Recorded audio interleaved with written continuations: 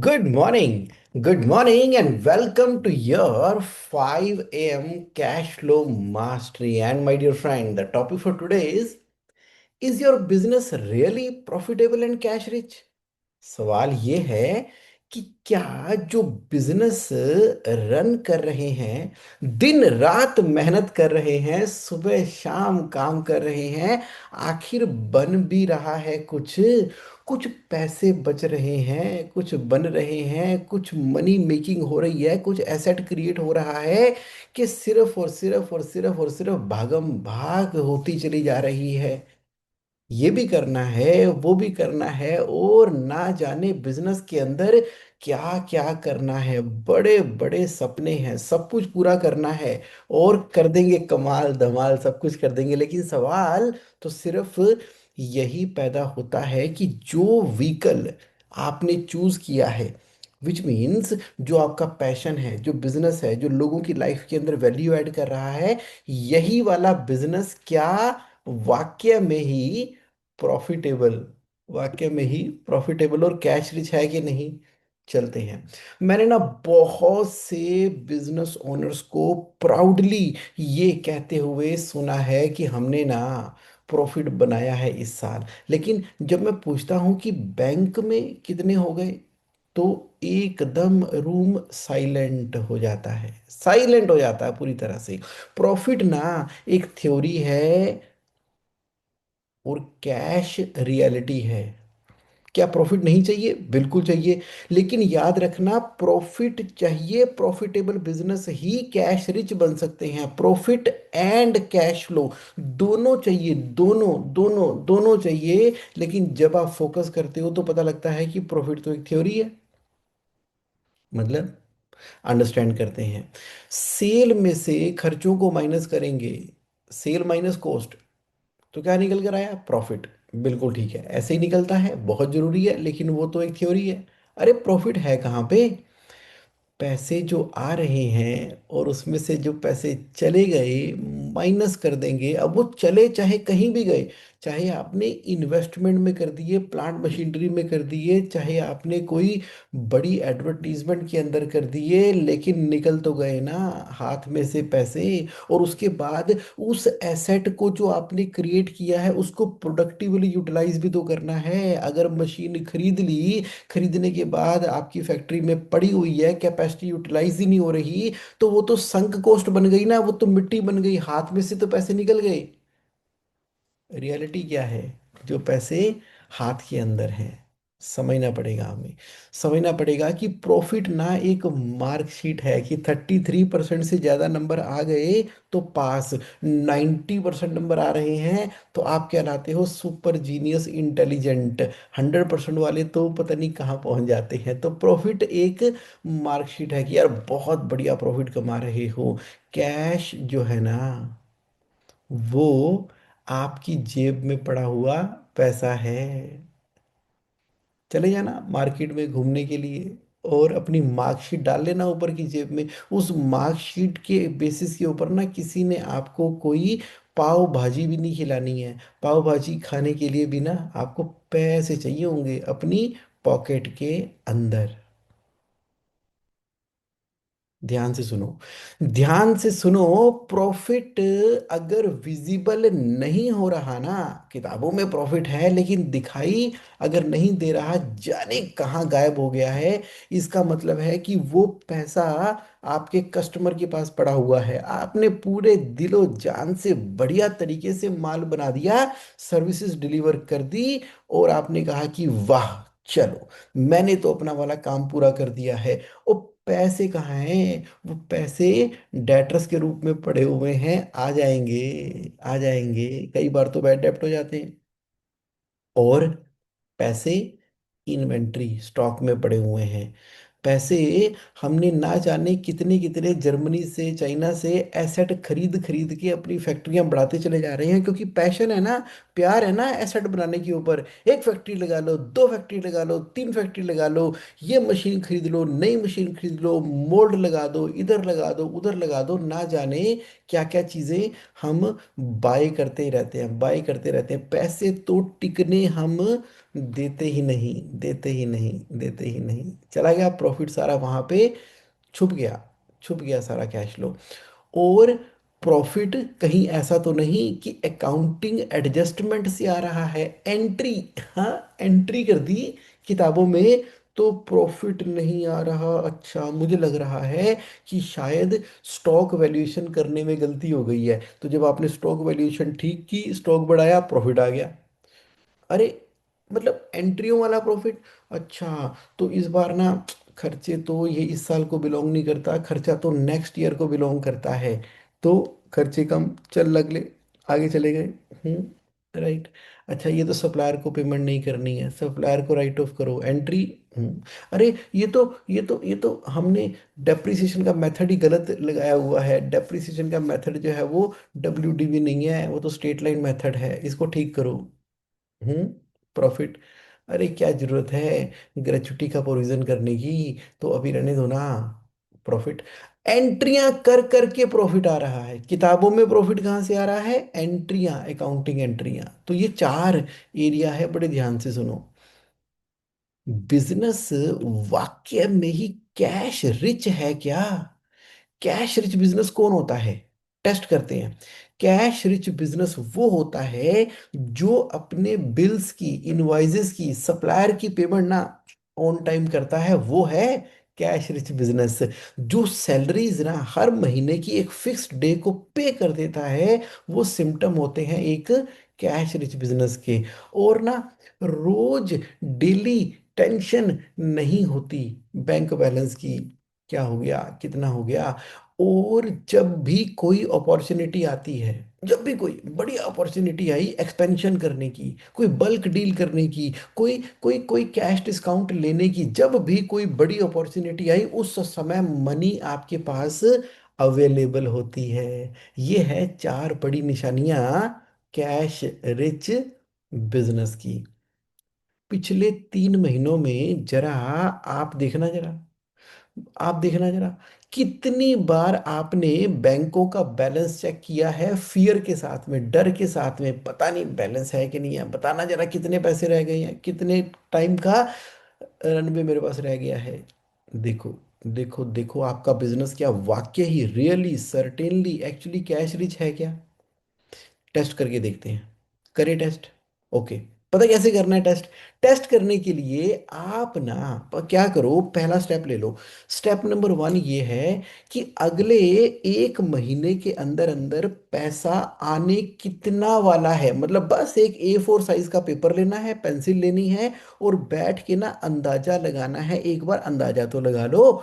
Past का data तो आप हमेशा ये कहते रहते हो ना, अकाउंटेंट ने एंट्री पूरी नहीं की, अभी सेल चढ़ी नहीं, परचेज चढ़ी नहीं, खर्चे चढ़े नहीं, बैंक की रिकंसिलिएशन आई नहीं, क्रेडिट कार्ड की स्टेटमेंट अभी आनी है, मार्केटिंग के बिल अभी आए नहीं, ना जाने क्या क्या। तो सवाल ये पैदा होता है कि अब टेस्ट करने के लिए आप एक बार शांति से बैठ जाओ, अभी बैठ जाना, और फिर देखना कि अगले 30 दिनों के अंदर क्या उम्मीद है कि कस्टमर से कितने पैसे आ जाएंगे, या कोई अदर इनकम भी आने की संभावना है, जैसे कि कोई रिफंड आपको आना है। कितना पैसा आएगा अगले 30 दिनों में, उसका हो गया नाम ए। फिर क्या करो, स्टेप नंबर 2, कितने पैसे जाने वाले हैं अगले 30 दिनों के अंदर, सैलरी, वेजेस कितनी देनी है, रेंट, EMI, बिजली, इलेक्ट्रिसिटी, सप्लायर की पेमेंट, गवर्नमेंट का TDS, GST, या कोई अदर कमिटेड आपका आउटफ्लो है जो आपने करना है, लिख लो और टोटल लगा दो बी। और A-B क्या होगा? ए जो इनफ्लो है, बी जो आउटफ्लो है अगले 30 दिनों का। और आप देख लो कि मेरे पास नेट पोजीशन बचने क्या वाली है अगले 30 दिनों के अंदर। और मान लो ए में से बी को माइनस किया तो पॉजिटिव है, यानी कि आएगा ज्यादा जाएगा कम, और ये पॉजिटिव है और ठीक ठाक पॉजिटिव है, यानी कि इतना पैसा अब वाकई ही उम्मीद है बचने की संभावना है।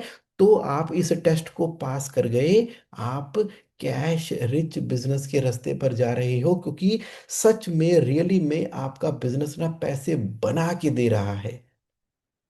अगर ए माइनस बी जीरो है, जितने आने हैं उतने ही जाने हैं, या ए माइनस बी थोड़ा सा पॉजिटिव है पर ठीक ठाक से पॉजिटिव है, तो समझ लो कि बिजनेस कैश रिच नहीं है। बस सर्वाइवल की गेम चल रही है कि लोगों के लिए काम कर रहे हैं, जितना आएगा उतना तो बढ़ ही जाएगा, आएगा बढ़ जाएगा, आएगा बढ़ जाएगा। तो पिछले कई महीनों में देखो हो तो यही रहा है कि आता ही उतना है जितना कि जाना है, बचता ही कुछ नहीं। और सोचो, अगर ए माइनस बी नेगेटिव है, आना कम है जाना ज्यादा है, तो यानी कि हम राम से पैसा लेके शाम को बांटने में ही लगे हुए हैं। सोच लो, सोच लो। ये टेस्ट आपको करना है, आपको करना है ये टेस्ट। कर लिया? अब देखो, अब आपको इस सिचुएशन को इम्प्रूव करने के लिए ना तीन तीन बड़े कैश रिच एक्शन के स्टेप लेने हैं जो मैं आपको बता रहा हूं। इसको प्यार प्यार से आज ही लेना शुरू कर देना। पहला, अपने वीकली कैश को रिव्यू तो कर लो। हर हफ्ते एक बार जरूर बैठना है। मंडे को बैठ जाओ या सैटरडे को बैठ जाओ, एक बार आपने बैठना है कि सिर्फ और सिर्फ बैठकर ये हिसाब लगा लिया करो कि मुझे ना अगले 30 दिनों के अंदर क्या आने की संभावना है और क्या जाने की संभावना है, और खास तौर पे अगले एक हफ्ते में क्या आएगा क्या जाएगा। क्योंकि अगर आपने एक हफ्ता संभाल लिया ना, तो 4 हफ्तों में एक महीना संभल जाएगा, तो 12 महीनों में एक साल संभल जाएगा, तो सालों साल समझ जाएंगे। मतलब क्या हुआ? मतलब ये हुआ कि शांति से हमें बैठ कर ना वीकली प्लानिंग करनी चाहिए। अब हम ये सोचते रहते हैं कि अगले 5 सालों में ये कर देंगे, 3 सालों में ये कर देंगे, और वो हो जाएगा, ऐसा हो जाएगा, एक दिन कृपा होगी। अरे कृपा तो टिनी स्टेप से होगी, छोटे छोटे स्टेप से होगी, रोज के रोज लिए गए स्टेप से होगी। और उसके अंदर एक रिचुअल क्या है, जैसे आप पाठ करते हो ना, नॉन नेगोशिएबल की करना ही करना है, करना ही करना है। उसी तरीके से इसको अपना रिचुअल बना लो कि हफ्ते में एक बार, मंडे के मंडे बैठना ही बैठना है और अपने कैश फ्लो के हिसाब किताब को देखना है, ताकि तभी तो समझ में आएगी कि पैसे आ कहाँ से रहे हैं, जा कहाँ पे रहे हैं, और अगले हफ्ते में जो आउटफ्लो होने वाला है, तो और जो इमीडिएट स्टेप लेने वाले हैं ना, तो एक्शन वहीं से आएगा। नहीं तो हम हमेशा एक ड्रीम लैंड की दुनिया में खोए रहते हैं कि हम होंगे कामयाब एक दिन। इसको ना पूरी तरह से डेलीगेट मत करना। जब तक ओनर बिजनेस के नंबर नहीं देखेगा, वीकली एमआईएस नहीं देखोगे, तब तक समझ में नहीं आएगी आप बिजनेस एंटरप्रेन्योर हो। एमआईएस वीकली मंडे को देखना आपका परम धर्म कर्तव्य है। और आपकी आज की एमआईएस कौन सी है? वीकली पैसा आना कितने वाला है और जाने कितने वाला है। कर दिया आपने? जब मेजरमेंट करना शुरू करोगे, फिर अब आपका दिमाग चलना शुरू होएगा कि पैसा पैदा होगा कहाँ से। पैसा पैदा होगा एक्शन नंबर 2 से। हिट करना पड़ेगा किसको? अपने डेटर्स और क्रेडिटर्स की पॉलिसी को। यानी कि कौन डिसाइड करता है? आप डिसाइड करते हो कि आपका कस्टमर डिसाइड करता है आपकी क्रेडिट पॉलिसी को? यानी कि कितने दिनों का उधार देना है और कितने दिनों का उधार लेना है, ये आपके बिजनेस मॉडल का आपका अधिकार है लिखना। उस तरह के कस्टमर आपने डेवलप करने हैं, उस तरह के सप्लायर से डील करना है। डे इन डे आउट जो लगातार आप सर्च में रहते हो, new business development, new vendor development, वहां पर आपके दिमाग में ना पिक्चर क्लियर होनी चाहिए, एकदम क्लियर होनी चाहिए कि मुझे इतने दिनों की उधारी और इतने दिनों की क्रेडिट के ऊपर अपने कस्टमर या सप्लायर को तैयार करना है। यही तो एक रास्ता है। क्यों नहीं समझ रहे हो? बस माल सेल नहीं पेल कर रहे हो। पेलो पेलो पेलो, निपटाओ, चढ़ाओ, बेचो। बेचो, कोई बात नहीं, हमसे तो कोई खरीदता ही नहीं है, चल कच्चे में ले जा, तू ले जा यार, तू ले जा, पेलो दे, आ जाएंगे पैसे, कौन मांग रहा है तुमसे? और उसके बाद कह रहे हो कि बचता ही कुछ नहीं। डिसाइड करो कि कब हमने ब्रेक लगानी है। जब तक एक बार नो कहना और ब्रेक लगाना नहीं सीखोगे ना, तो उसी चक्रव्यूह के अंदर चक्की पीसिंग पीसिंग पीसिंग होता रहेगा। क्योंकि अगर एक लिमिट के ऊपर उधारी बढ़ती चली जाती है ना, तो आप समझ लो कि जो आने की उम्मीद थी ना पुराने पैसे की, वो भी खत्म होती चली जाएगी। और जितनी ज्यादा उधारी ओवर ड्यू होती चली जाएगी, तो पुराने से पुराने पैसा अल्टीमेटली ना राइट ऑफ ही होना है।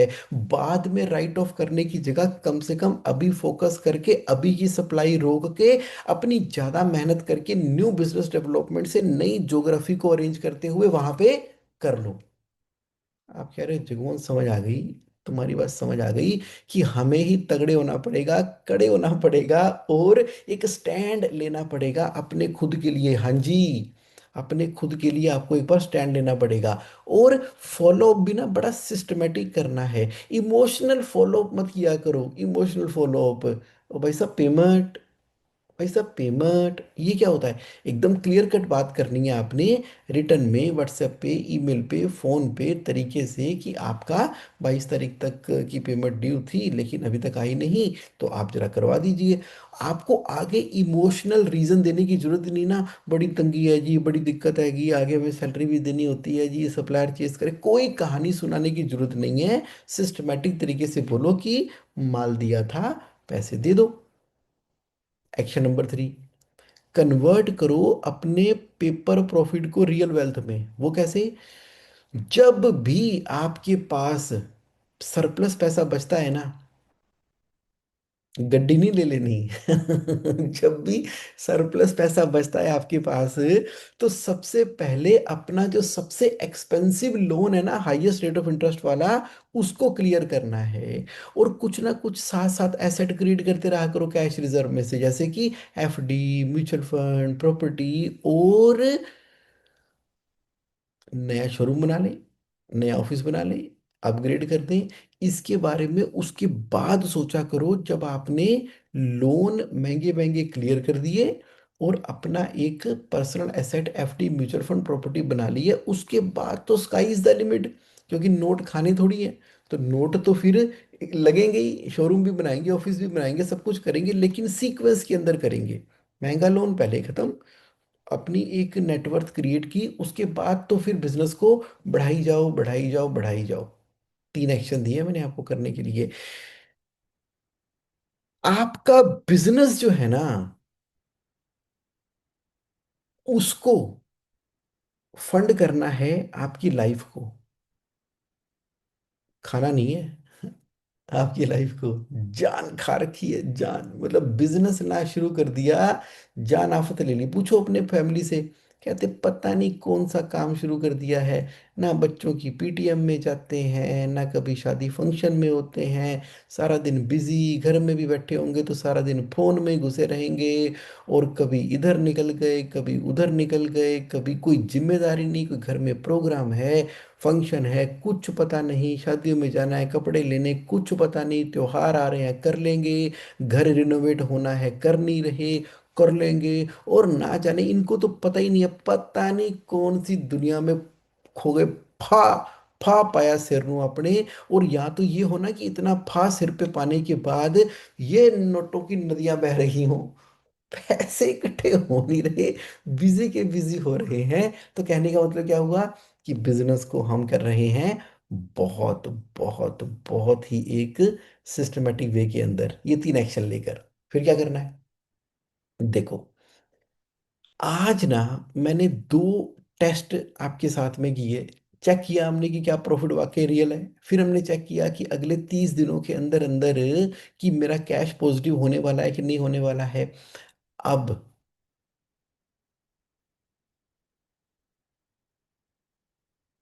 इन 2 चीजों को करके, अगर आपको थोड़ा सा डर लगा कि यार जगमोहन ने तो सवेरे सवेरे डरा दिया यार, मतलब कि वो एक अच्छी बात है।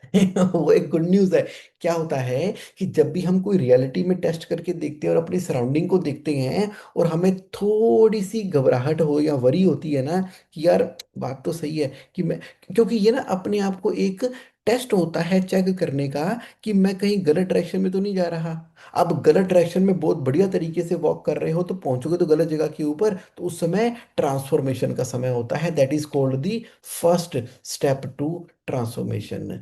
तो अब ना आपने अपने आप को प्रॉमिस करना है कि मैं सिर्फ और सिर्फ प्रॉफिट से सेटिस्फाई नहीं हो जाऊंगा, मैं अपने बिजनेस को प्रॉफिटेबल एंड, शब्द क्या है, एंड कैश रिच के ऊपर सेटिस्फाई होऊंगा। ये है पहला स्टेट ऑफ माइंड आपका आगे बढ़ने के लिए। तो थैंक यू वेरी मच जी आज पार्टिसिपेट करने के लिए।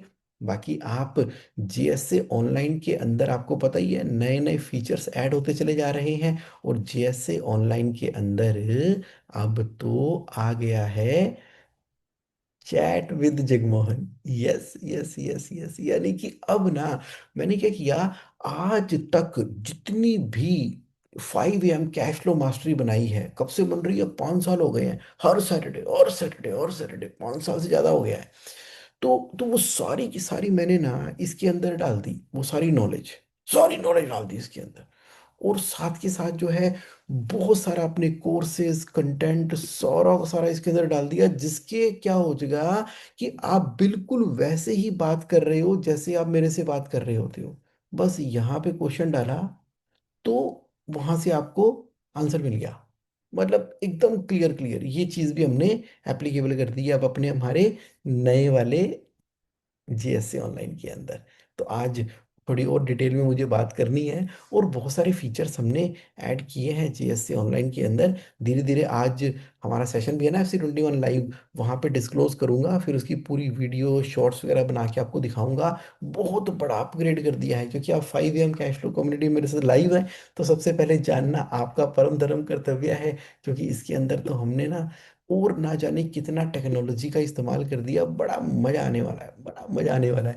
यहाँ पर जो फाइनेंशियल हेल्थ चेक रिपोर्ट बनती है ना, फाइनेंशियल हेल्थ चेक रिपोर्ट के अंदर भी जाकर हमने व्यू एनालिसिस का भी एक बटन दे दिया है। ना केवल फाइनेंशियल हेल्थ की चेकअप की रिपोर्ट आ जाती है, बल्कि अब उसकी एनालिसिस की रिपोर्ट भी आ जाती है। ये भी इसके अंदर कर दिया गया है। इसके अलावा जो है ना एक बड़ा प्यारा फीचर एक्टिवेट हो गया है, टास्क मैनेजमेंट सिस्टम। बताऊंगा, आज सारा बताऊंगा FC 21 लाइव के अंदर बताऊंगा, और फिर आपके साथ उसकी वीडियो शेयर करूंगा। चलिए, thank you so much for your participation today in 5 AM cash flow mastery. तो मुझे बताओ आज का सेशन कैसा लगा आपको, what you learn today from today session, how was it. बस क्विकली 1-2 मिनट की शेयरिंग लेते हैं, एंड देन फिर मैं तैयारी करता हूँ हयात सेंट्रिक जनकपुरी की। ओके, तो आज हमारे साथ डॉक्टर संजय नरवाल जी लाइव हैं। Good morning. Thank you Jagmohan ji, really today's I opening session, thank you so much, thank you for your participation. Karan Ajay Verma ji, great sir, simple and effective, thank you.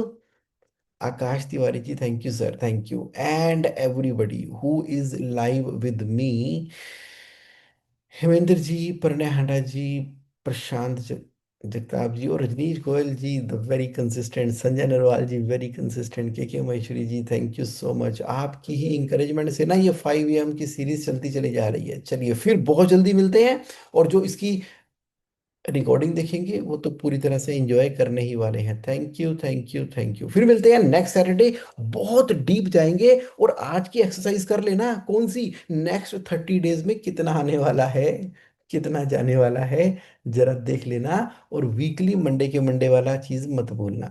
Prashant ji कह रहे हैं रिवीजन और rechecking of all basic of cash flow applied, thank you, great.